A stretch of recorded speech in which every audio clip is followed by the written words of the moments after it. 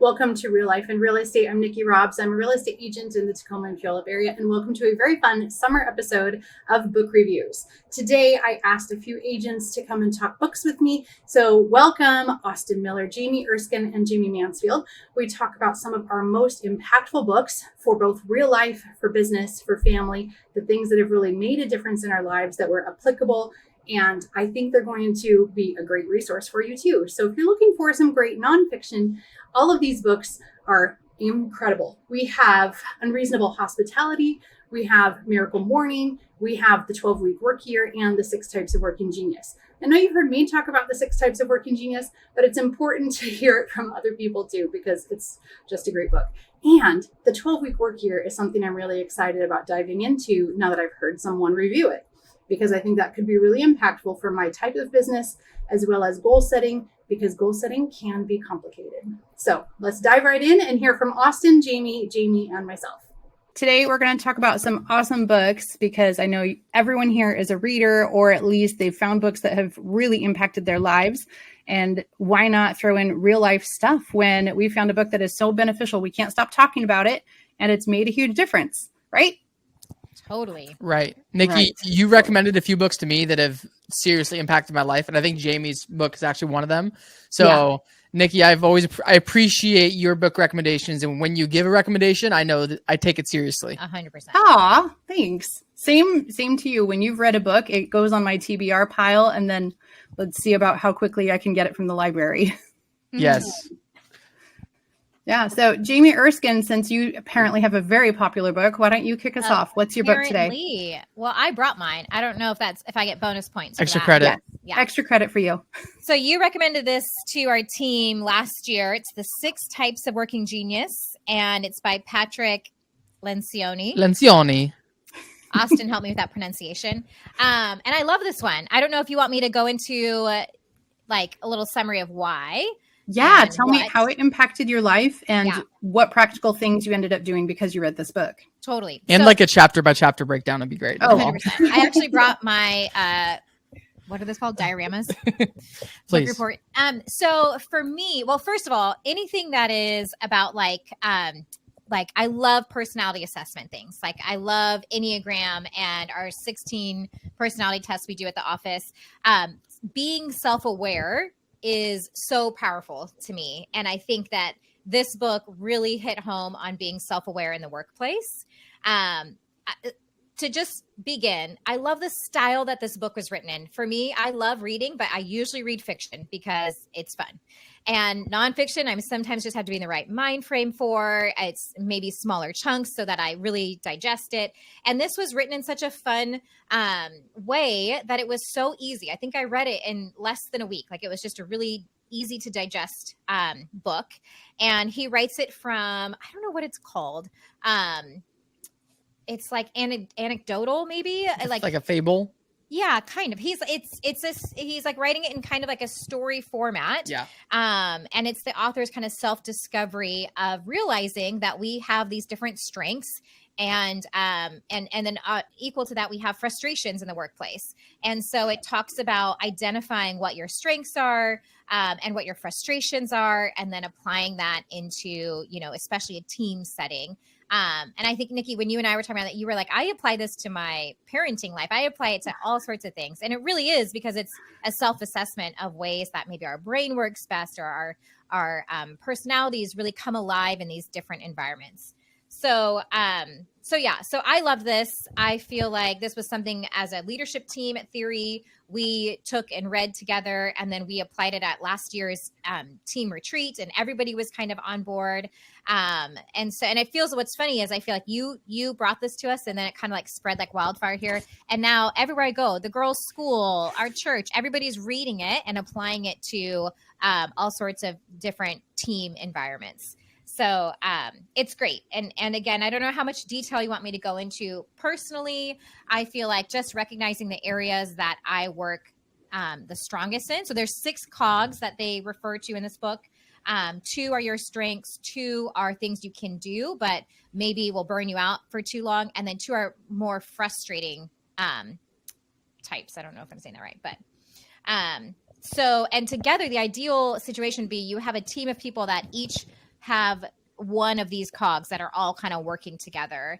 And ideally, each person, it's their strength that they're running in the most. Obviously, you can't always pick to be doing your favorite thing 24/7, but if you can kind of pinpoint areas that bring out your strengths, and then work with other people who maybe his strength is my frustration, which I think actually is true. You know, what are your two strengths? Remember? Mine were enablement and discernment. Okay. So I could discern. I feel like I'm not the person who says, you know what, here's the problem, and this is what we need to do. I'm the person who says, oh, there's a problem. What if we tried that? Mm-hmm. And then if you're like, oh, here's what I'm thinking we should do, I could come through and be like, have you thought about this? Have you considered that? I feel like my brain works really well, and I love collaborating. So this was perfect for that. Yeah. Yeah, but getting something done, not your jam. Seeing it to completion. I'm like, boring. I want to do the next thing. That is my jam. I'm the tenacity, getting stuff to the finish line is what I enjoy. Yeah. And then discernment is my other one. I enjoy evaluating ideas. I'm not the type to come up with a million new ideas. I'm not the type to, the first two geniuses are not my strong suits. I think the first one, Wonder, is that it? Wonder. Yeah. Is the first one. That I feel like is Isaac. Right. Austin's brother does phenomenal. And then also Invention. Those are his two, are Wonder and Invention. Yeah. Yeah. And I feel like I have a little bit of an eye in me of like, I may not wonder, but I could maybe, if you present a problem, I could maybe help come up with some ideas. Yeah. And then, but my strength is more the discernment and then enabling people. Once we have a thing, like, here's what we're going to do. Right. Yeah. That's so cool. So what have you applied to parenting or work and been like, or have you just learned to give yourself grace now that you know, oh, I'm really strong here, but I'm not here? Yeah, I think trying to find ways, like it's interesting, even at the girls' school, I have talked about maybe being on the board next year and helping I've helped on some committees this year with a little bit more free time than I've had. And I think recognizing like I actually do really well in those environments on a team where I can come with that discerning factor and I can help. So looking for ways to just even apply that in just my like simple life right now, I think has been helpful. Parenting, I don't know. Honestly, I don't know if I've really taken it to that part of my life yet. But I think overall, just being self-aware, going into the next season work-wise, knowing these are my strengths, I think will be really beneficial. So, yeah. That's so cool. That's awesome. Yay. Glad that was helpful because you guys know, I love this book and I love hearing how other people apply this book because we all apply it really differently. Totally. I probably bring up this book more than any other book in my life. Yeah. This one and my suggestion are probably the two books I talk about the most in daily conversation. Yeah. Yeah. I believe you because sometimes I think I should get paid for how much I talk about that book and the Clover Park Technical High School program. Those two I things love it. Almost every day. Jamie M., what is your book? What are you going to talk about?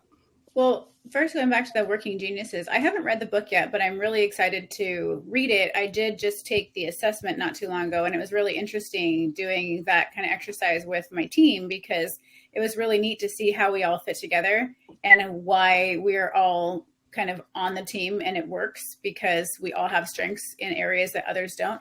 And I hadn't thought of, this is a pretty new book to me. So I think reading it will be helpful because I have found myself implementing some of the, self-improvement kind of self-help books that I've read into my parenting sphere, if you will. But I don't do a great job of that, I don't think, intentionally. And I think that's an area that I could definitely grow in. And it's neat thinking about these kinds of things. I've noticed my kids and kind of like their love languages over the years. They're only 11 and 9, but just kind of seeing, their personalities develop and seeing where their strengths are. I think that'll be an interesting exercise to kind of do this Working Geniuses with them as well. Yeah. Do you remember what your two strengths were after the assessment? It was, I don't remember what they're called, but it was, I think imagination or something like that. Invention. Yep. Invention. It was invention. And can you tell me what they are? There's Wonder. Do you remember the names of the 6 of them? Yep. Invention. There's wonder, invention, discernment, enablement, Galvanizing. and tenacity. Yeah. I think enablement and invention. Cool. Nice. That's cool.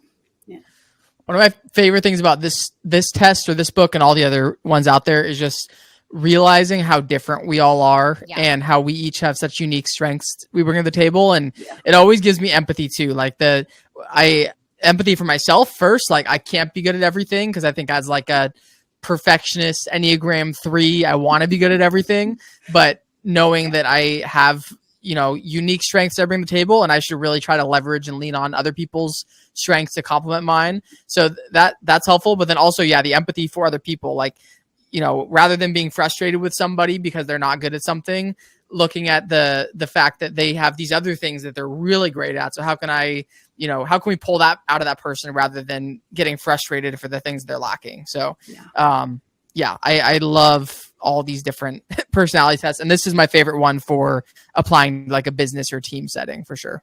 Yeah. I feel like, sorry, I know we asked Jamie what she's reading, but to go back to that, just take it back really quick. I think that is one of the things too that I recognize in this book, that what was freeing was like, we don't have to do it all. And actually the parts that I dread, somebody else enjoys. That was like mind blowing to me. Like the fact that you like completing tasks. Yep. And I'm like, that sounds horrible, but that's exactly me. That exact, I'm great at like, not necessarily being like a visionary, but like figuring out how to like expand on that. Like someone can give me like drop an idea and I can like develop the whole thing. But then like when it comes to actually executing like the detailed pieces of it, that's definitely my, like, I don't want to do that. That sounds like the worst thing in the universe to me. Yeah. Yeah. So pretty cool that like the things we dread, somebody else actually is excited to do. For sure. That was very fun for me. It still makes me feel guilty thinking that that's a reality. Yeah, but it shouldn't. Read the book. No, just kidding. Okay.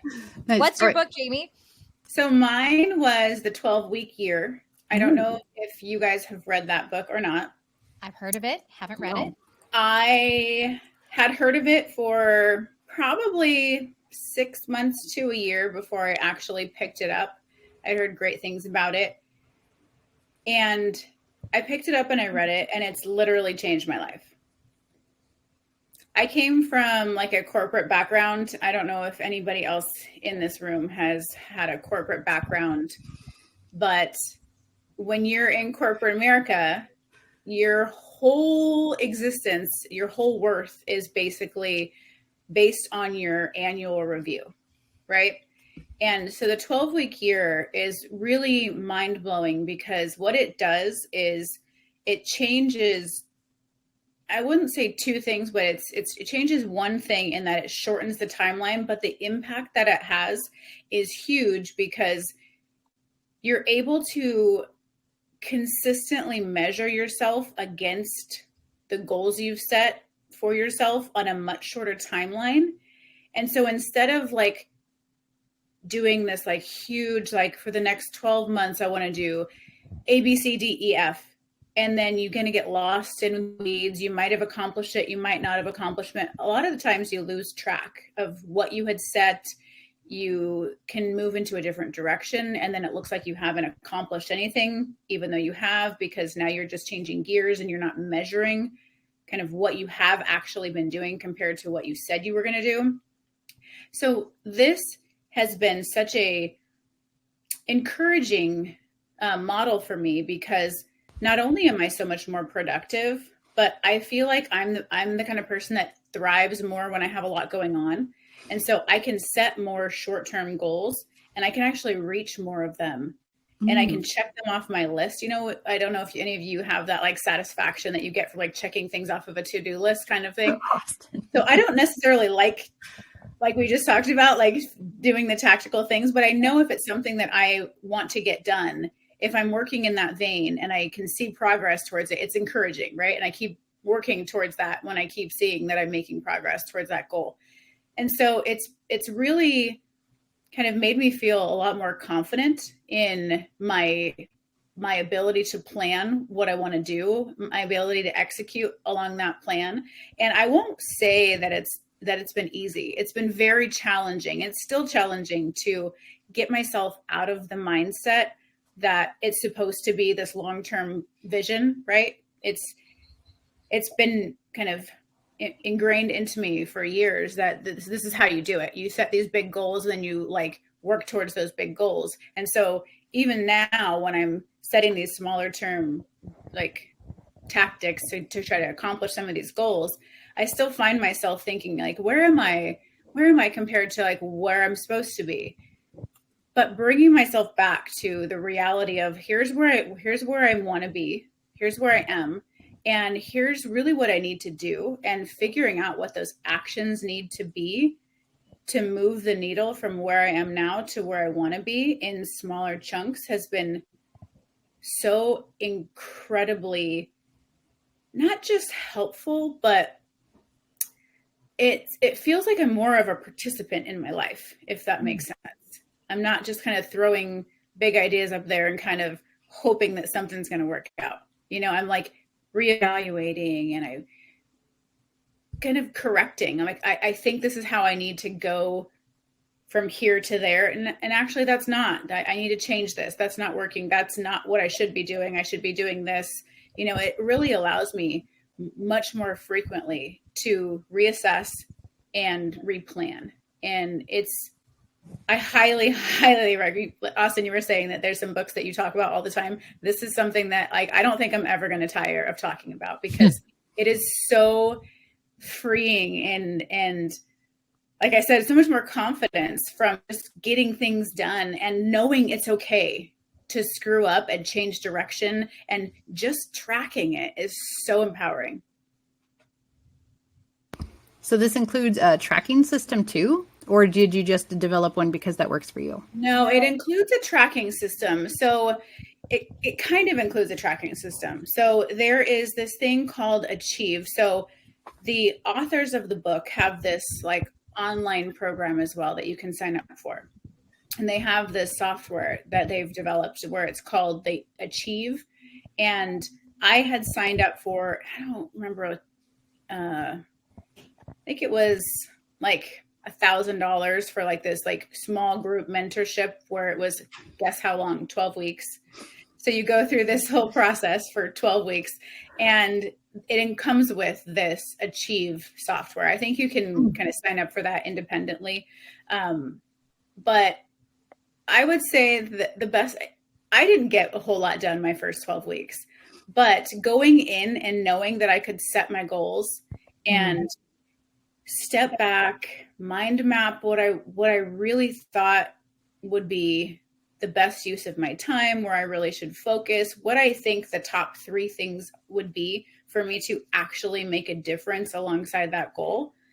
And then putting it in this software was, from a perfectionist standpoint, it was very difficult, because when you're putting these things in there and you're not, it's like there's no gray area. It's like you did it or you didn't do it.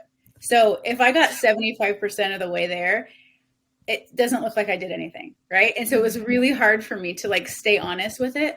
But I think that's the important thing for us in general, humans, is to see where we are compared to what we said we were going to do, and use that data to, do I need to lower the expectations for myself? Do I need to set it to whatever the 75% of the 100 is for that time period? You kind of reassess. But it's also okay that you're not hitting the 100%, because it's just a system to track it. And if you're taking notes and seeing your progress, right? If I get 75% of the 100% that I set for myself, I'm still pretty good. I'm still making progress. I'm still moving the needle to my goal. And even though I don't see the green check mark in this software, I see like a red X, I know that I've done a significant amount of work towards my goal. And the proof is in my reality. It's in my day-to-day. It's in measuring what I actually did towards that goal, not seeing that green check mark. And I think for me as a perfectionist, that's been kind of a really important thing to discern, is I'm not trying to shoot for making this software look perfect. I'm not trying to shoot for checking things off of my to-do list because I wrote it down. You know, is it really applicable is applying to what I'm trying to accomplish, and getting over myself is, I think, been a big piece for me too. Wow. I feel like I listened to a podcast about this on Bigger Pockets, and they were relating it specifically to real estate, of saying, you tell yourself in January, this next year, I'm going to buy another rental property. And then they say, well, what if you gave yourself 12 weeks? Is that right? They do something like, instead of looking at it for 12 months, give yourself 12 weeks. What would change of your day-to-day actions and things? Is that right? Am I speaking the same?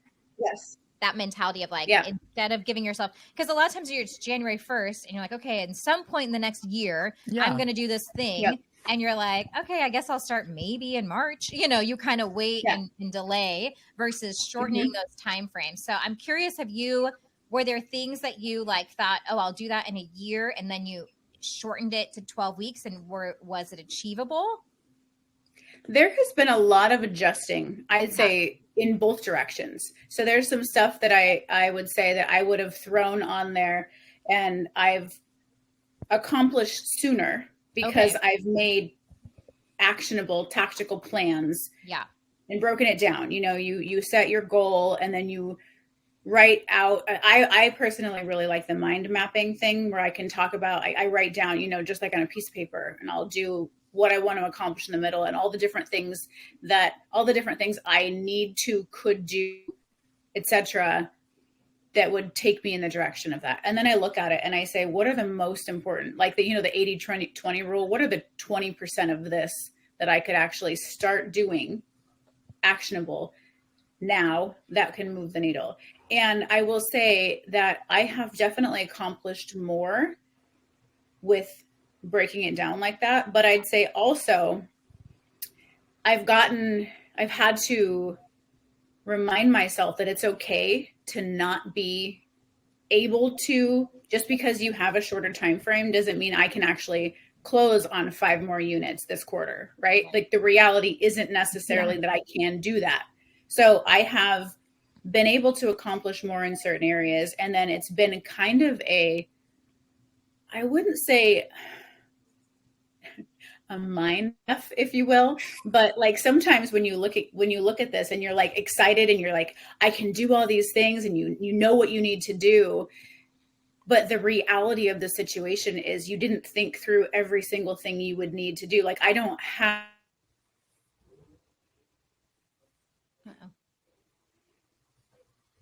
count right now that is free for me to be able to apply to closing on 5 more doors this quarter, so it's really thinking about all of the different steps that you need to take and it's just adjusting. It's being more accurate with what you are wanting to accomplish, getting realistic with what that looks like, and getting creative with how are you going to do it. I've had to pivot several times in moving in a direction, and you go and you think you're going to accomplish X and you can't. It's been a lot more helpful having this 12-week platform or program, because then I can see a lot sooner that I'm not going to reach that, and I can make the necessary adjustments. Yeah, I think one of the flaws with annual goal planning is it almost encourages procrastination, because you're I still have 12 months. I'll think about it later. But yeah, I think the 12-week model makes a lot of sense. So today is day 1 of quarter 3. Is that how you structure it, based on the calendar quarters, or what do you base your 12 weeks on? I personally do the calendar quarters. I use this full focus planner. I don't know if you guys have used the full focus planner, but it's broken down into 12 weeks. So one planner is for each fiscal quarter. Cool. And I've done that because of the corporate America background. I just do fiscal year, and I like to do quarter 1, quarter 2. Right. You don't have to do it like that at all. Have you already done your goal setting and planning for Q3? I have. I still have some things that I need to adjust, because I think, going back to what I just said, I think I might have bitten off more than I can chew, but I'm not sure yet. So I kind of want to leave it to see if I can get it done. But nice. with the caveat that I maybe should give myself a little bit of grace. It's hard. It's a hard one though, right? Like, do you give yourself more rope to finish it in 6 months, or do you really try to push yourself to get it done in 3? Yes. Yeah. Correct. Yeah. Both. like marathon and Ironman training, right, Austin? It's like, Yeah, always. You I can gotta keep pushing and get an injury from overuse, or I can take some time off. Yep. I think life's all about balance and striking a balance of holding yourself accountable and pushing yourself while also giving yourself grace at the same time. I think is something we probably all need to work on. Love it. I can't wait to read that book. I am going to dive in because I find quarters work for me also. There's lots of quarterly resets. The kids' lives revolve around quarters, school quarters, and all that. So I can't wait. That's going to be awesome. Thank you. Yeah, of course. I can't wait to hear how you like it when you're reading it. Yeah. Yeah. Austin, what are you bringing today? Can you guess? No. Atomic Habits? Ooh, that would be a good one. No, my book is The Miracle Morning, which definitely Miracle Morning. Surprise. Miracle I Morning. wanted it to be some kids book. And I was going to come up with a some funny kids title. book. Who is my mother? Redfish, Bluefish. Who's my mother? Austin's top 10 books. Are You My Mother? Are You My Mother? My favorite book of all time. I think I have it. It's a good one. Yeah, so I don't have the physical book, but the Miracle Morning. I think one of your questions you sent over, Nicki, is how did you consume the book? Was it Audio? Did you read the physical book? I've done a wide variation. So I think I originally listened to the audiobook, and then I've since purchased the physical book that I've read, and I've also listened to 2 spin-off audiobooks. So they did like the Miracle Morning for real estate agents, and then they did the Miracle Morning for millionaires, I think. And there's like a bunch of other spin-offs that are all very similar, but kind of have different unique tips for different industries and different types of people. So great book. I mean, the whole idea behind the Miracle Morning is creating a morning routine. You know, a lot of the most successful people in our society credit a lot of their success to a strong morning routine, rather than starting your day off with, being frantic and immediately thinking about all the things you have to do. You have a little bit of structure to your morning that leads to a more productive day overall. I think I read this book probably 6 years ago, maybe. And since then I've implemented a morning routine, and I've constantly tweaked it. And, it doesn't look, it kind of changes a little bit, maybe quarter to quarter, maybe every few months I'm tweaking it depending on what my life needs in that season. But some of the main things that the book recommends to incorporate into your morning routine, he calls it his lifesavers. Oh, and the author's Hal Elrod. I need to give him a shout out. Hal Elrod. Yes. So the lifesavers, so there's 6 things that he recommends, and it's the SAVERS acronym. So the S is silence. So incorporating some bit of quiet and, peace and quiet into your morning. Affirmation is the second one. So affirmations can look a lot of different ways. Maybe it's, some people do the read a note to themselves. I am strong. I'm confident. I'm whatever you want to, reaffirm about yourself.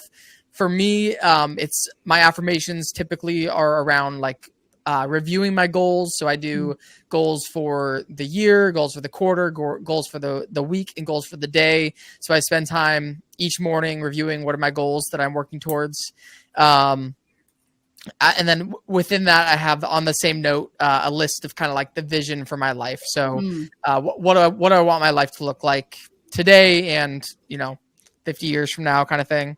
So affirmation, the second one. Visualization, so kind of hand in hand with the goal setting. So thinking about visualizing. What I do for visualization is I'll look at my calendar for the day, and I'll actually envision in my head what each of those hours of the day looks like. So, how am I showing up? What do I want to bring to the table in the meetings I'm having, in the events I'm going to, and, spending time with family, friends. A lot of it ends up being I'm visualizing that I'm present throughout this day, which is hard for me. Something I'm always struggling with is being present. And then usually the other part of it is just that I'm, spreading joy as much as possible. So that I'll usually visualize, a lot of times in the morning, I'm not looking forward to the day. Honestly, like if I have a lot going on, I'll be stressing about it and I'll be feeling anxious maybe. But if I spend some time just closing my eyes, doing deep breaths and visualizing this is what I want my life to look like today. A lot of times that helps, throughout the whole day. So that's the V. The E is exercise. So that could look like an hour-long workout, which is usually what my morning looks like. Or if I have a shorter amount of time for my morning routine, that could look like going on a short walk. It could look like doing some push-ups. What I like about the Lifesavers is you can kind of develop different versions of it. So you can have a version that's maybe 2 hours long for your ideal morning routine. And then you can develop a version that's 10 minutes long if you have a, shorter amount of time available. But the point is to do it every morning just to, start off your day on a positive note. So E is exercise. The R is reading something, reading a book, reading a devotional, could be anything. And then the S is scribing. So, or journaling is another word for that. This is the one that I've played around with a lot of different variations of. I used to just do a little gratitude journal where I'd write down 5 things I was grateful for every morning. I found myself feeling like that almost became too habitual where I wasn't even really like internalizing it anymore. So I've switched to actually just journaling. So I have a little note on my phone where every morning I'll spend usually 2 minutes just writing down like, here's where my head's at today. Here's how yesterday went. Here's what I'm looking forward to today. And then usually trying to incorporate some sort of gratitude into that as well. So that is the gist of the book, is creating some sort of morning routine. You can include all those different, lifesavers if you want to, or it can look totally different. But for anybody that doesn't have a morning routine, I find it helpful just to start small, start with something, one thing that you want to do in your morning, start off the day with on a positive note, and then you can kind of build on it over time. But yeah, I've found that having a morning routine has been one of the most impactful things I've been able to do for my life, and my work, my mental health, my relationships have all benefited, I think, from having a strong morning routine. That's so cool. How would you describe your life before this? Like, if you've been doing it for 6 years, then there must be a stark difference from 6 years ago. That's a good question. I've never really thought about that. I'd say I've always kind of been pretty type A. So I think probably prior to having a super defined morning routine, I would still work out in the morning, but I'd say the physical aspects were there, but maybe a lot of the like more mental sides of the morning routine, like the gratitude and the journaling and the deep breathing and affirmations, all that kind of stuff, that definitely was not, I didn't incorporate that into my morning routine before reading this book. So, yeah, I mean, I think doing something's better than nothing. So I, move my body every morning. I've tried to do that for a while now, but yeah, incorporating some of those just daily habits of reflecting and visualizing, I think have made a huge difference in my life. That's awesome. I'm always a big fan of anything that's going to it's a small practice, but added to it over time, then we've got a lot more stability, really. And we all need that. Yeah. There's a entrepreneurial guy, I'm not going to name his name, but he's really against morning routines. He's kind of like, he's gone on the record saying like F morning routines. Like all these entrepreneurs are saying that you have to start the day with a morning routine. And I just start the day, but I just get up and I start working. And I get what he's saying. His point is like, I think morning routines have almost become this like, I don't even know, this like excuse. Like I don't even know what his point is necessarily, but I think his point is that you can be successful and you can work hard and you can have a successful business without all this stuff, with all this fluff, as he might call it. But my response or rebuttal to that would be, sure, you could be successful with all that, but is your life balanced? Do you feel like a well-rounded human? Or is your life just all about work? And I think what a morning routine has done for me is it's helped really like ground myself and help me prioritize all areas of my life, not just my work life. So I love it. I'm a big believer in it. I do it every single day of my life. I do some variation of my morning routine. Yep. Agreed. Are you supposed to do it in that order? SAVERS? Is that is there a significance in that? I think he just wanted an acronym that sounded cool. I was curious if there was I read the Miracle Mornings for Millionaires, and I remember him saying that it was the acronym was the most important thing, and he even like the last S he put scribe because he couldn't savor ending with a J is weird. Yeah, with like a savor with writing. He's like, this just didn't work. So savers is what he picked, but I don't think it matters. And I have found on my mornings, hearing you talk about it, I mean, I've seen you, Austin, with your like morning routines and your checklists and stuff. And I aspire to be that good at my morning routine. I have definitely implemented it here and there, and I, better days, weeks, months than others. And I really wish that I could do it. I need to start trying it again, because I feel so much better when I do it, because like you said, it's not just about work, about being productive. It's about really slowing down and getting in touch with all of the things that you want to be doing, could be doing, should be doing, being present with your body and, being present with your mind and empowering yourself. And you can decide what empowering means. You can decide what you're going to be visualizing. Is it work related? Is it family related? Is it body related? Whatever, you can decide all of that. And it's so nice to be able to be in touch with yourself with, when you're go all the time and you're hurry, it's really hard to stay connected. And when you said you struggle being present, that was shocking for me to hear, because you always seem so present, and I definitely don't feel present as very often. And I would like to feel much more present.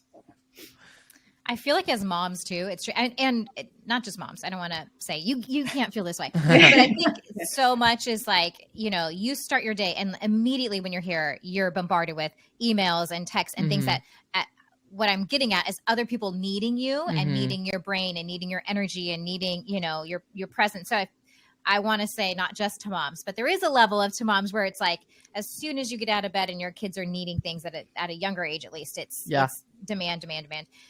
So the intention of you're filling your cup before you're pouring into other people, I think is like one of the things I think would be so beneficial in this. I don't do it. I'm very irregular with routines. But I could so see the benefit. Anytime I do have a little bit of time to myself and I exercise and I read or do something, journaling, it totally changes my mindset. Like there's a little bit of like, oh, I feel a little bit more full to give out to other people. So I could see where before you go into a day of just people interacting and asking things, that would be so beneficial. But, my biggest challenge with it is just getting out of bed, honestly. Like in order to do my full morning routine like I prefer to, it requires me to wake up at 5 a.m. on weekdays, and I don't like waking up at 5. Really? I love sleeping. Like it's funny that we're doing this today, because I did not do my full morning routine today. I slept until 7, and I definitely feel fine right now, but earlier on I was struggling a little bit, and I found myself feeling overwhelmed and feeling just not in the best headspace like 3 or 4 hours ago. And I do attribute that to not doing my morning routine. I really think that had an impact on my day. So it's definitely not perfect. Like I love my sleep. Getting out of bed is a challenge for me every day. But I know that I feel better overall on days when I do it versus days that I don't. How do you cope with the days, like you just said today, you didn't do your full morning routine? I'm sure you did a version of it, but like when you are in such a streak, or you're in this zone for such a long time, and you're able to do, what you want to do for those 2 hours every day. Yeah. When you run into the day that you can't, how does that affect you? And does it turn into, like, do you really beat yourself up about it? Do you give yourself grace? Do you tend to like fall off the wagon, if you will, because you've slacked off and now you like, oh, well, this week is ruined, like kind of a fatalistic mindset? Or how do you deal with all that? Great question. I'd say giving myself grace is definitely the most important piece of that. And just remembering, like, I can't control what happened 3 hours ago. All I can control is what I do from here on out. That's one of my I love the 24-hour calendar, because every day is a new day. We have a daily opportunity to reset and to, no matter what happened yesterday, no matter what happened, with my morning routine yesterday, tomorrow morning, I can start over and have a fresh start on the day. And then within that morning routine, I've incorporated things to remind myself, like what I'm working towards, what I want my vision for my life to look like. So, sometimes like when there's always these highs. Like if you're at a motivational seminar or you're, at a retreat, or there's different moments in life where you can feel super motivated, especially a lot of people beginning of the year, New Year's resolutions. They're like, I'm so ready for this year. And then it's really easy to forget that excitement and motivation you have for life or for your goals. So by reviewing those goals as part of your morning routine, it's kind of like a daily reminder, like this is what I'm working towards. This is what I was excited about a week ago. Maybe I don't feel excited right now, but I'm going to remind myself so that I can, have that reset and refresh on what I'm working towards. So I am hard on myself. I do beat myself up when I don't follow through with what I say I'm going to do. You have to learn to move on and focus on the present rather than dwelling on the past. I like that 24-hour calendar thing. That's I think a good life tip for a lot of people, especially when you're, Jamie was mentioning that you have a lot of people asking for your time and asking, demanding a lot of you.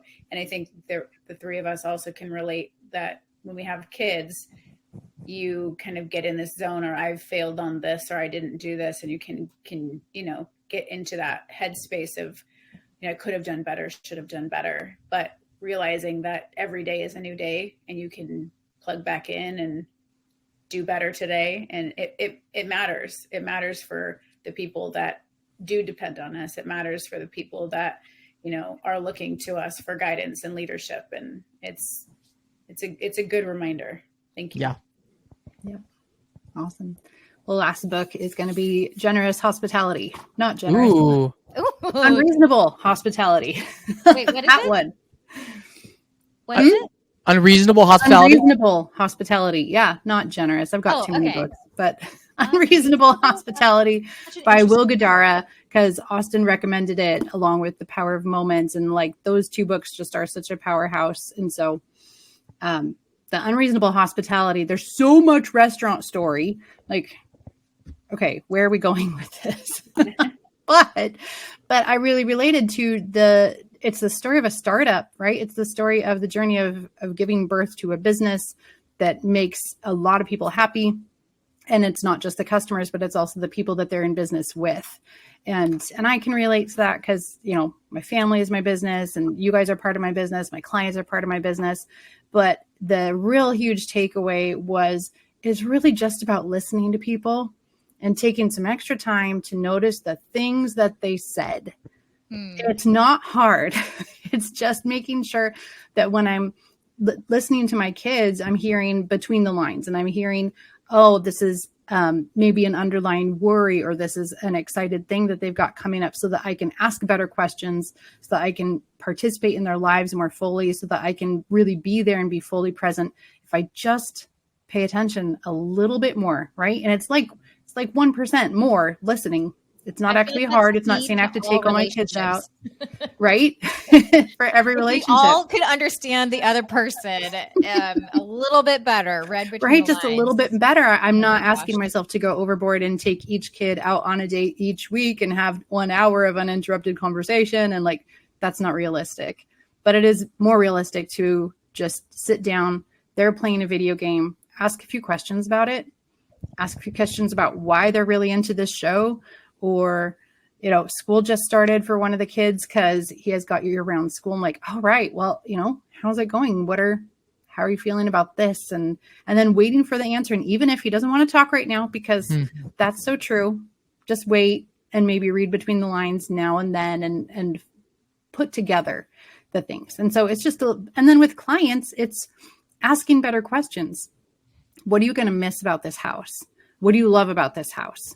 What was a favorite moment that you had here? Or what are you really looking forward to about your next place? And just asking a few more leading questions so that I can help connect your emotions to the house, because you've got all the emotions connected to your house. You know why it is.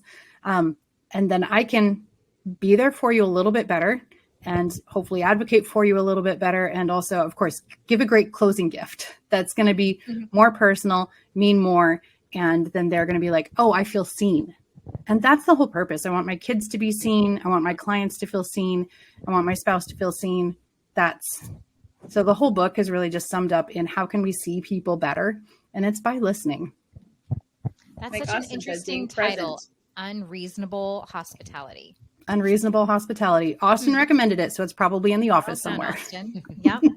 I like what you said about asking questions. Like that's something I'm trying to get better at, is asking good questions rather than just like the surface level questions that is so easy to fall back on. But asking thought-provoking, meaningful questions that actually lead to, meaningful conversations. I'm working on that. I feel like we've talked about this a little bit, but when you are with other people, and if there's a lack of asking questions from the, like let's say you go to a dinner party and there's another couple and they don't ask you questions. This is Jamie and I's pet peeve. It's such an awkward thing. And you feel like they don't care. And on the other side, if you are talking with somebody and then there's a follow-up a few weeks later of, hey, you mentioned there was, this thing happening last week. How did it go? Like when somebody remembers something you said and asks how it went, like to me, that is so amazing. So it is. Yeah. John Acuff said that when he's talking to people and they mention, oh, my kid's going off to college or they've got a big track meet coming up, he puts it in his calendar. Yeah. Other people's events, he puts in his calendar so that he can remember to ask them, how did that go? Okay, so Nickie, you have the oldest kids in the group. I do. As far as getting them to talk, because I feel like we all go through a phase where you're like, how do I connect with my kids and ask, like, have you found any good ways to ask open-ended questions? Or when's it, people say as soon as they get in the car from school, don't bombard them with, how was your day? What did you do? Blah, blah, blah. I heard somebody recently say one thing she does, she'll be driving the car and she'll be like, oh, I bet the math test went well. She like puts it as a statement and then waits for her teenage son to be like, actually, it was harder than I thought. And then he goes into this thing. So really fascinating. Anyways, have you found any approaches to asking the right questions or listening? Like what's your mom brain heart tell you? Yeah, I wasn't good at the conversation in the car either. When I had kids that age, it was just, I see all the prickles are out, so I'm just going to be quiet. But I want to know everything so much. And I would just wrestle all the way home in the car or wait for them to get off the bus. And I want to know about that one thing. And it never goes well. And I never did find, sorry, I don't have any advice for that stage in life. You're like, nope, jury's out. Still figuring that out. Sorry. But for where they're at now, they're young adults and they're still living at home. And so there's so much potential. And I know they're wrestling with what does my future look like? And so it really is just, I see them playing a video game like, hey, what's that? Is that your favorite character? And then I will do something really stupid on purpose and I'll make some dumb comment on purpose. And I know it's dumb. It's the equivalent of a dad joke, but I'm asking like, oh, is he dead? Or I know the character's not dead. I'm looking at him and they just look at me like, huh? Like, well, I'm kind of lost. And like, Mom, we're 56 episodes in. We cannot give you the backstory. I'm like, oh, okay, cool. And then later I'm like, but I was intrigued by that story. It sounds like the writers are really good. What's the plot like? What do you think? Would you recommend that? And then I always like to ask, who else would like this? If I talk about it, who should I talk about it to? Because they want to make sure that I don't look as stupid as I think I will. Right? They don't want their mom to be as dumb as I could easily be. It's like, oh, is that a video game geared to 14-year-olds or is that a video game more like 18-year-olds and up? And so, yeah, just asking lots of context questions. And my favorite, and Jamie, I know you're doing this, is taking current slang and misusing it or using it really, really well. Yeah. One of those will always get a reaction. Love it. They absolutely love it. Right? They sort of love it. And they love educating me on you use that wrong. Like, oh, okay. And then that always leads to some kind of conversation. Yeah. Stevie hates when I use the bad puppy She slang. hates it. Oh She my hates gosh, it. she gives me the cold shoulder. Biggest pet peeve. See, everybody's got something. I will say that my struggles around getting my kids to talk this year have been surprising, and because we had always, interacted so well, so openly. And I asked them actually like a week ago, I said, it seems like I said, you get like frustrated that I don't ask the right questions. It seems like I don't ask the right questions anymore. And they're like, yeah, you don't ask the right questions. And I said, well, what could I do? What could I do differently? What could I do that would be like the right question? And you know what they said to me? They didn't say anything about the question. They said one of the things that they missed that we used to do that we had stopped doing was at the end of every day, at bedtime, we would always talk about our peak of the day. And it had something that we got from like their preschool, and we used to just each take turns and talk about our peak of the day. And it would open a dialogue about what was our favorite thing. And then we would, sometimes talk about what our not favorite thing is, and kind of leads to more, details about those types of things, or it just continues on and you have more of a conversation. And we brought it back, and it's made a difference. So yeah. I would say that if, for me, right now they're in the other room, and my oldest daughter last night, I should probably not say this if it's going to be on podcast, but oh well. She's not going to listen. So she lost a tooth last night. She pulled one of her teeth out that she was getting, wiggly, and she left a note for the tooth fairy asking if she could like have somebody like her. And it was the cutest thing. I know. I was like, oh my God, so cute. So I just love those little things. And like, those are things that I am fortunate to get to experience. And this morning I asked her, oh, the tooth fairy leave you anything? She goes, yeah. And then she told me about it. And I was like, oh, that's awesome. So, just having those little things, knowing what's going on a little bit and kind of opening the door a smidge and not kind of grilling them is kind of what's working right now for me. I know it's so hard too, because I want to know all the things. I'm learning I have to bite my tongue a lot more than I used to. I have a 12-year-old, almost 13-year-old, and it's a lot of like I immediately want to correct and I immediately want to give feedback, and I'm realizing that just does not go over well in the moment. So I'm learning to listen, Nickie, and then sit with it. And then later, when emotions have calmed or when things have kind of passed over, going back and being like, hey, I'm just curious, when you said this, did you think of that? Or, like just trying to, especially around friend drama and other things, a lot of girl stuff will come up in the car ride home from school, and she said this and then did that. And I go to everybody else's defense, and then I want to like blame my kid for not thinking that way. So it's a tricky thing to like, I want to always be a safe space, but I'm realizing sometimes that safe space means I have to just like zip it. And not be the mom for that minute. Yeah. And it's hard because these are like your responsibility. Like, oh, this is an opportunity for me to teach you how to deal with this situation. So let me teach you here's what you could say and should say and did say. Did you do this? Did you say this? You could really do this. That's not gonna help you with this. Yeah, it's really hard not to just see those opportunities and like, oh, here's where I get to be a great mom. I have the answers to this one. Yeah. It's hard. It's tricky. Awesome. Well, thanks so much for being here, guys. I think this was a great book discussion. And so for the show notes, we'll have title, author, links to find the book, maybe a link for the full focus planner. Is that possible? Absolutely. That'd be so cool. And anything else? And of course, mention your guys' names and use your emails so that if someone was like, oh, they sound really intriguing, I would love to work with them, then that will be possible. So awesome. Thanks for setting us up, Nickie. You bet. We'll have to do one on fiction sometime, yes, right? Please. Oh yeah. I'm on a big fiction kick right now. I'd love to.